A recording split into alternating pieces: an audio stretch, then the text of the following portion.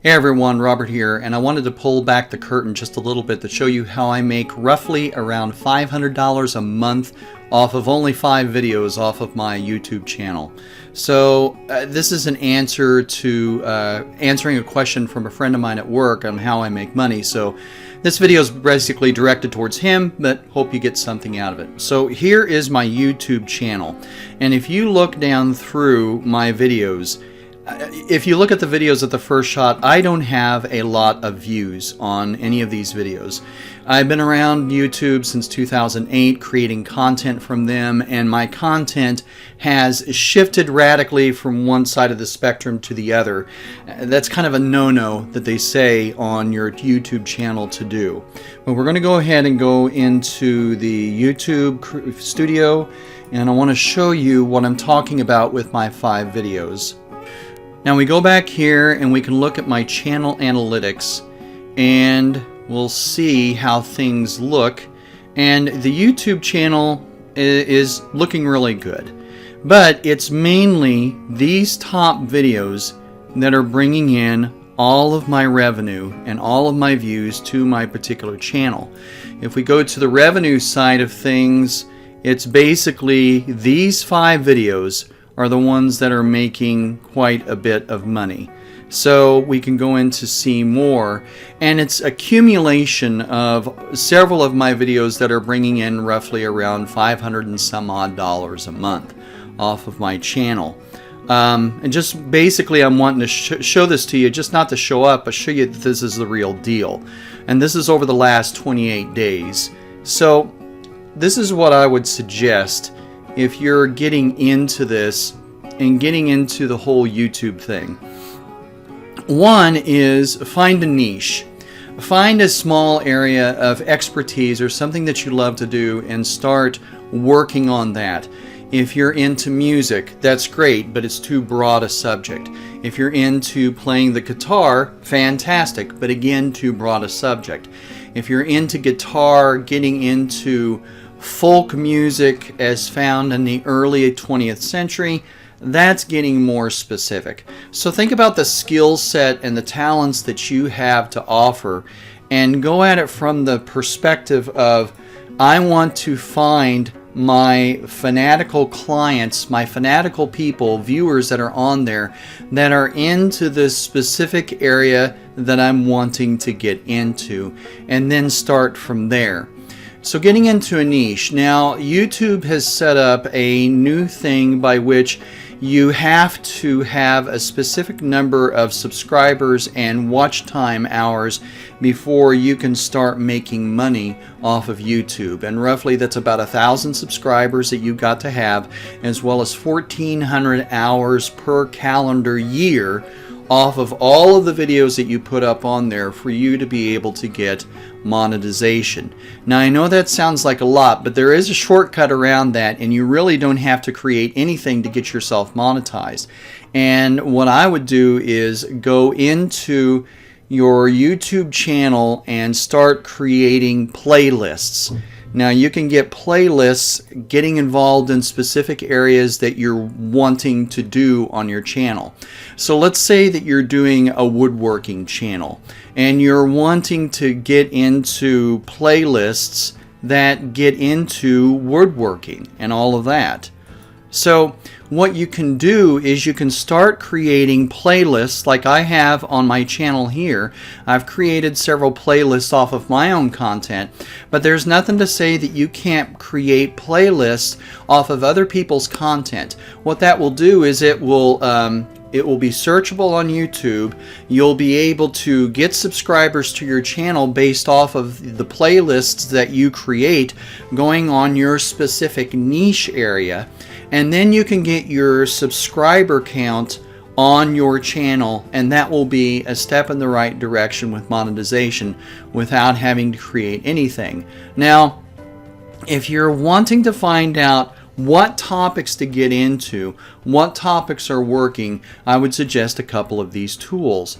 One, you can get into Google Trends. This is the first place where I would look at to see if what you're thinking about doing is going to work for your channel's benefit. In other words, Google has a record of all the things that people have searched, what states they search, what parts of the world, all of these things that people have searched across Google to see what things are working. So let's take a look at baking cakes.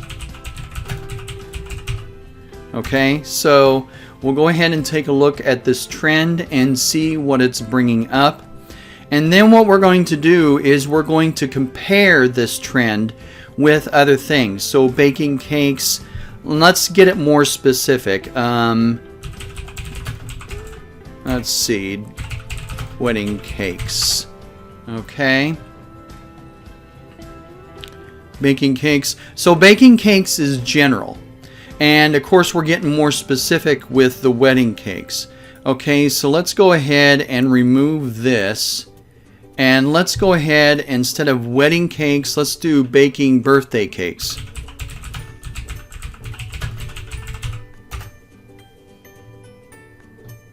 So, if you look at this, they're roughly about the same. But what you can start to do is you can start narrowing down your area of interest into specific subtopics and seeing which subtopics work for you, and also how to word those subtopics so that you can get more search generated into your YouTube page. Remember, YouTube is basically Google. It's a video search engine. That's pretty much what it is. And that leads me into the second thing, is getting into optimized search. So when you're just starting off, you are wanting to keep in mind that you want to be a resource for people. Don't think about being the top dog. Always just be a resource. In other words, create videos that other people are creating, but just be a part of that sort of creative community to be able to do this. So you can do that by finding your niche, like I said, but also calibrating things to see if the search terms that you are titling your videos with, creating your thumbnails with, is going to be searchable. It's not a shot in the dark. You can check all this stuff out. So let's look at baking cakes, and we'll see how this search ranks within YouTube. And then what you do is you start narrowing things down. See, for me, I use Tubebuddy. It's this little icon up in there. It's a free extension to your browser. And what it does is it gives you analytics as far as your search terms and all of these things that are there. So for me, I can look at this and I can see that the search volume is very high, but the competition is very high. So it's not going to be a good match. So let's start narrowing things down just a little bit. Let's see, baking wedding cakes. So that's getting better.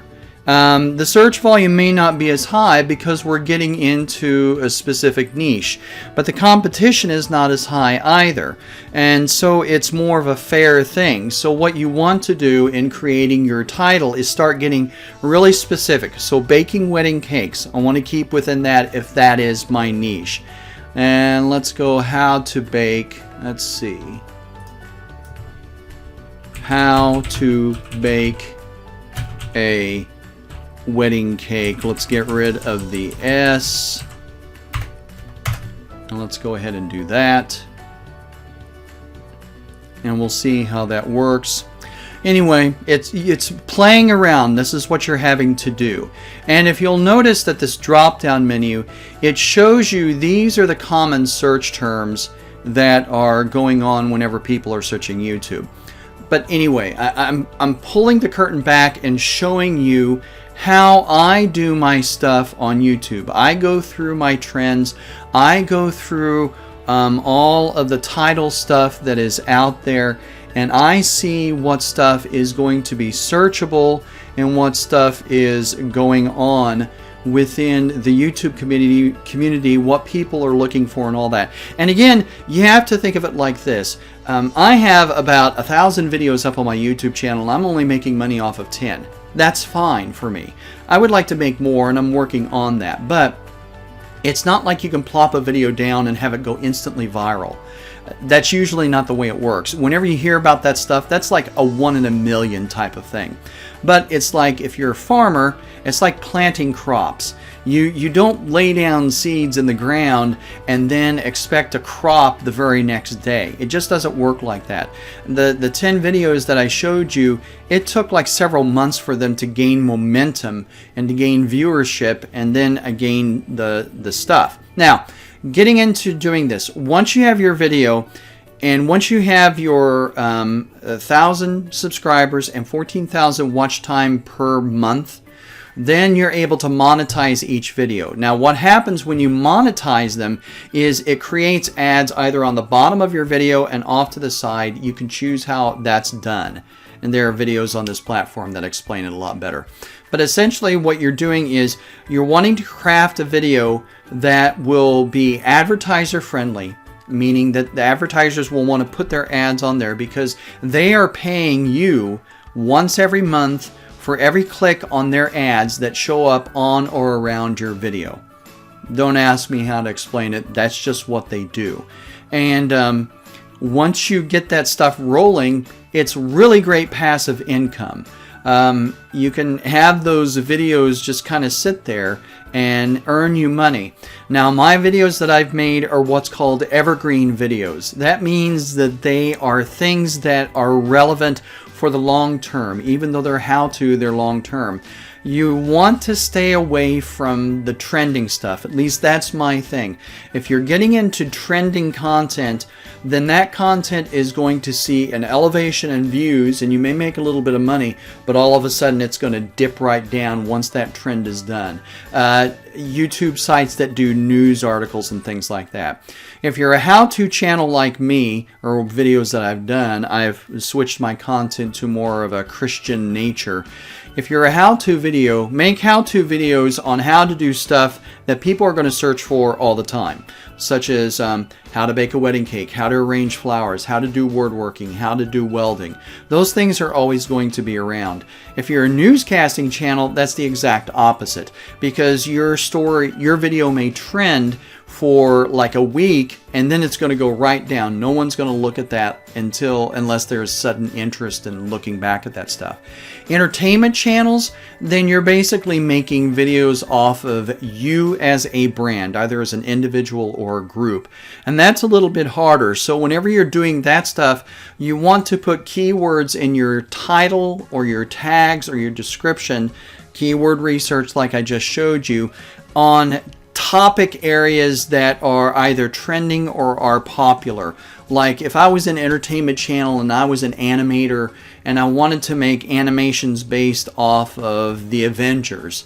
I have characters all within the Avengers: Captain America, Spider-Man, Thor, Hulk, all of that stuff. Well, I'm wanting to make sure that I'm putting those little things into my title, into my thumbnail images, into my description, into my tags. I want to tag it with words that are working in the here and now, and then craft it around. And then it's just a matter of sharing your content with the audience who wants to watch your content. And your channel and your videos slowly start to grow and you slowly start to gain money. I went from making $100 every 3 months, which means I didn't get paid until that $100 threshold. I went from making that about a year ago to making about $500 every month now. And that is just consistently uploading content, making sure that works with a schedule that works with your life. I upload like maybe about once a week, maybe twice. I've seen other creators that do shorter videos and they upload like once a month and their views are just off the charts. It really doesn't matter, just so that it's continuous and consistent depending upon the schedule that you're doing. YouTube looks at that as you're being an active contributor to the community and they're going to promote your views. But this is just a short little expose. I could get into a whole long detail and I've gone too long already. But I wanted to pull back the curtain and kind of show you how I make $500 off of basically 5 videos on my channel, and how you can do it too. And it's not too late to start a YouTube channel. So hopefully this helps. Later.